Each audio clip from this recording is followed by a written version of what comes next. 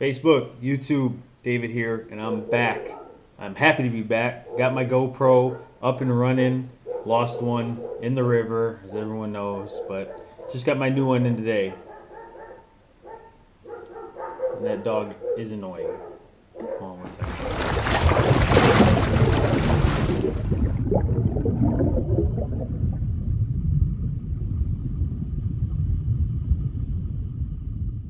Facebook, YouTube, David, and I'm back. Got my GoPro back. Lost one last week, but ordered another one, and it came in today, so I'm already jumping up and creating videos. So today I have a special video for you. Unfortunately, I'm not going to be doing any fishing, but I do have the top 5 baits that I use in ponds that will catch you fish.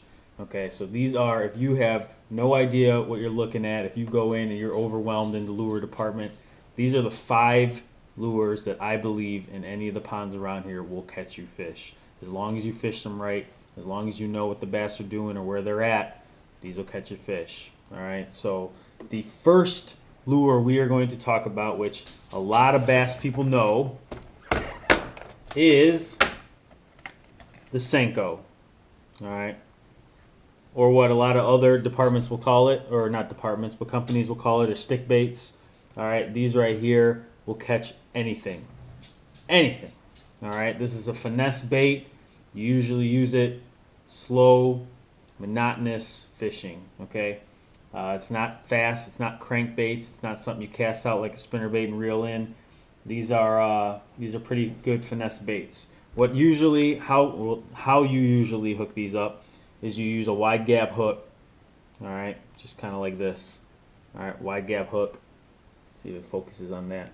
All right, and what you do is you go on the top of the worm, just like that. Kind of just this much.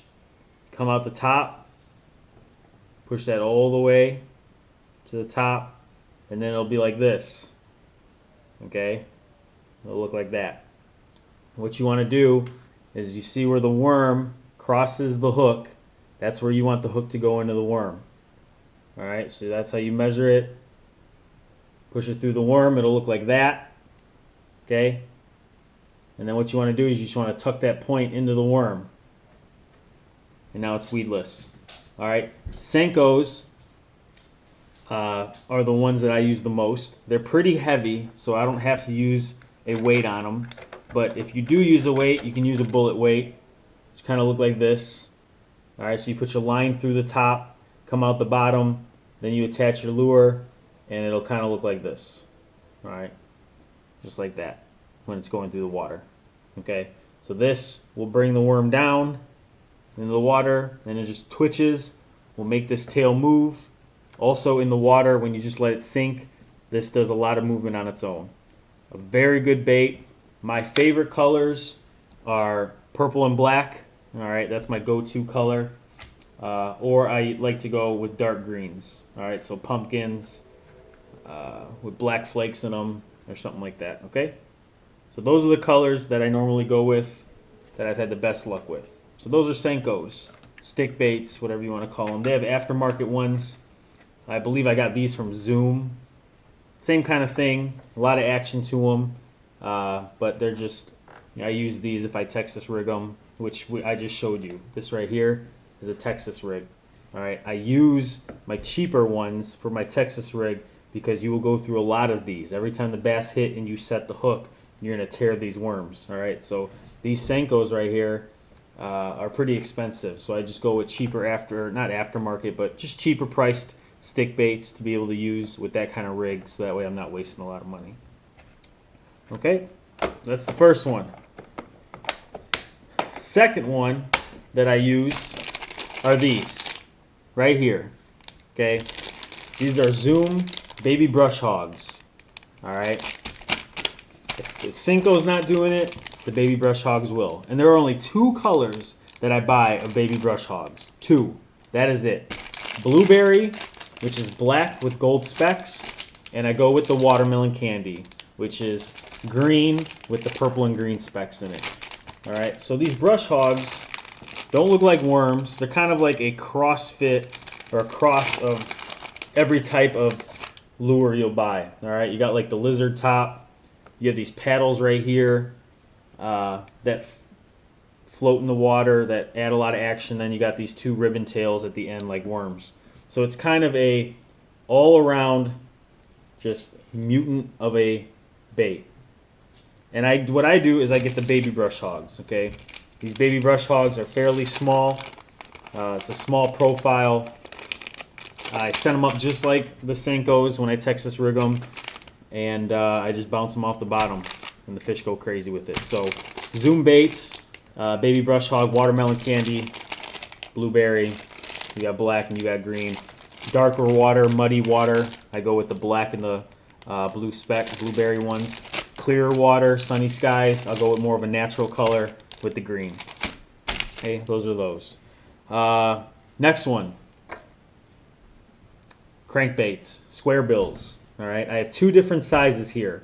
The square bills that I normally go with are the KVD 1.5 and the 1.0. All right, the 1.5 is a little bigger than the 1.0, but these square bill crankbaits dive to about between 2 feet and 5 feet. All right, depending on the line that you fish. I'll have another video down the road explaining line. There's braid, monofilament, fluorocarbon, all those types of lines. Each line acts different with the type of lure that you have on your at the end of the line. So 2 to 5 feet. These are chartreuse colored, which is kind of like I say, just neon green colored. These work well in dark colored water as well, muddy water, stuff like that. These square bill crankbaits, when you're pulling them through the water, they just go like this. All right, they mimic a shad, a bait fish, anything like that.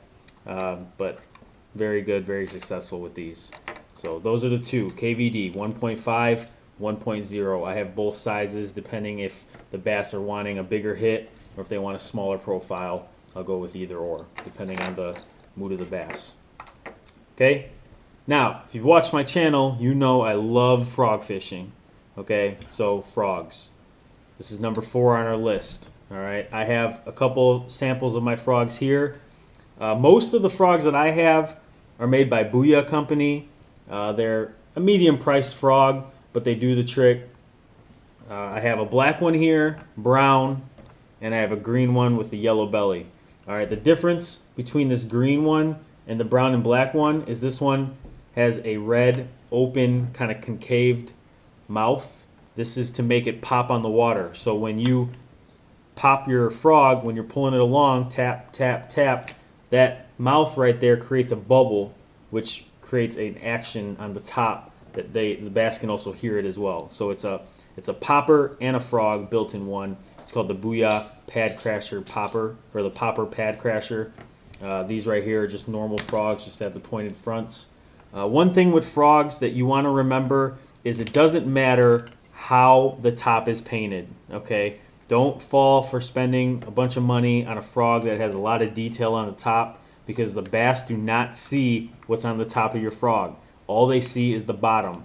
So I have a dark black frog for when it's very muddy water. This will cast a shadow so the bass can see it on the top. So I go with a black. I always have a black frog in my bag.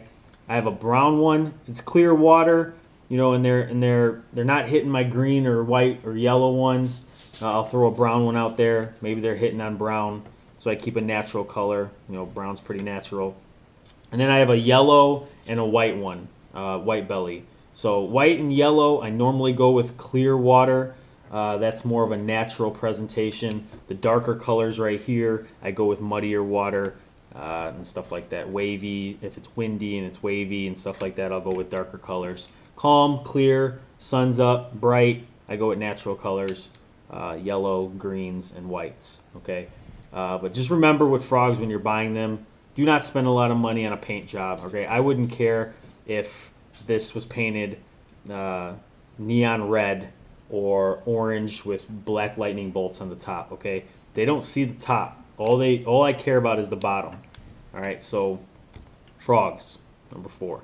And my last one, and if you've been watching my videos as well, other than the frogs, I've been hammering them this year on jigs. All right, baby jigs, little ones, small profiles, okay, hammering them with them. Now there are different types of jigs, hundreds of different types of jigs. All right, the jigs that I've been using a majority of the year have been swim jigs, meaning that the head is more bullet shaped, so that way when you throw it out in the water, you're not bouncing it off the bottom. You're slowly retrieving it, keeping it above that weed line. All right, two colors that I normally go with: black, all black, all right, or black and blue. Okay, these are the two colors I always go with if I want to catch fish. All right, I have other ones. I have white ones, I have brown ones, I have red ones, but the ones that I always go to first are black and blue. Okay, these are the two colors. Clear water, muddy water, high sun, no sun, they always seem to work. All right, now with jigs, the thing is that you just can't throw these out. I mean, you can throw these out and possibly catch a fish here and there, but you're going to want to add a trailer. And what a trailer is some sort of worm or crawfish imitator that you add to the back of your hook to make your profile a little bigger. All right, so when it's in the water, the bass just aren't seeing this. They're seeing crawfish hands, or they're seeing a worm tail. So it just makes it a little bit more bigger, a little bit more robust to make the bass hit.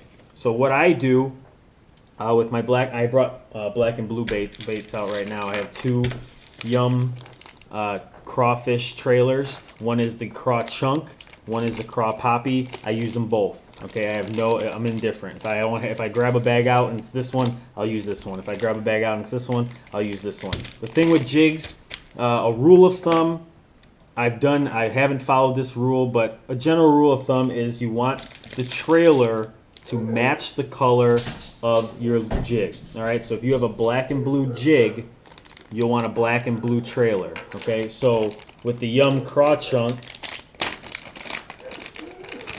all right, this is all it is.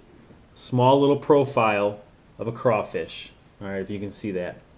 See if it focuses. All right, but this right here is blue. It's got blue flakes in it. It's a dark purple. All right, so all you do is you take your jig, you go through the top, and you come out the bottom. Callie, stop it. All right. And that is the profile when you're pulling it through the water. This right here, okay? Hammer them. So all you do is you just toss it out there, and you just bounce it off the bottom. You swim it through the water. These crawfish claws right here just start going wild in the water, and bass will just hammer this. All right, so that's a jig.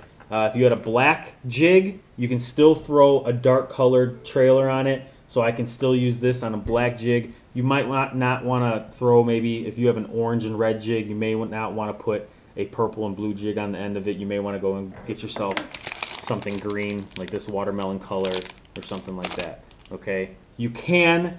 Will you catch fish? Yes. But the general rule of thumb is you want to match your trailer with your jig. All right? So that is my show today. 5 lures that you go buy that will guarantee to catch you fish. All right, so go out there, fish, teach someone to fish, share my videos with people, let them catch on to fishing, but overall, just go out there and have a good time. Thanks for checking in. I'll see you guys later. Boom.